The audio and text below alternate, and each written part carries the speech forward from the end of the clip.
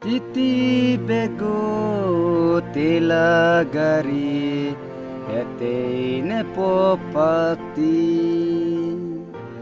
hezau sakselau rang bibe sema hezau ki gerine nang tungau hezau bung kesaglu English ko te pet what a pen hezau bung nasaglu nala baketo hezau sakselau rang bibe sema hezau ki gerine nang tungau and I tingu I herong me and I tingu I helme ni go kaze dang kanguragum herong menengau petoy petele leu zai te mela ko gule and I tingu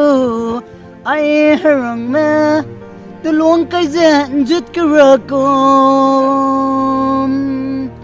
hera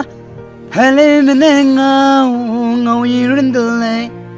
leu zai te mela ko gule I hung pui pui lei son galale I hung pui pui lei son galale nang hung pe half long galale zau na lura in lura zau in lura lo ai babami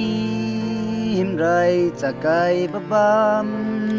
sia zeu so kam nai bam zai malay bam mi chai bam zeto bam sia le chai nin dai lau so kam le nai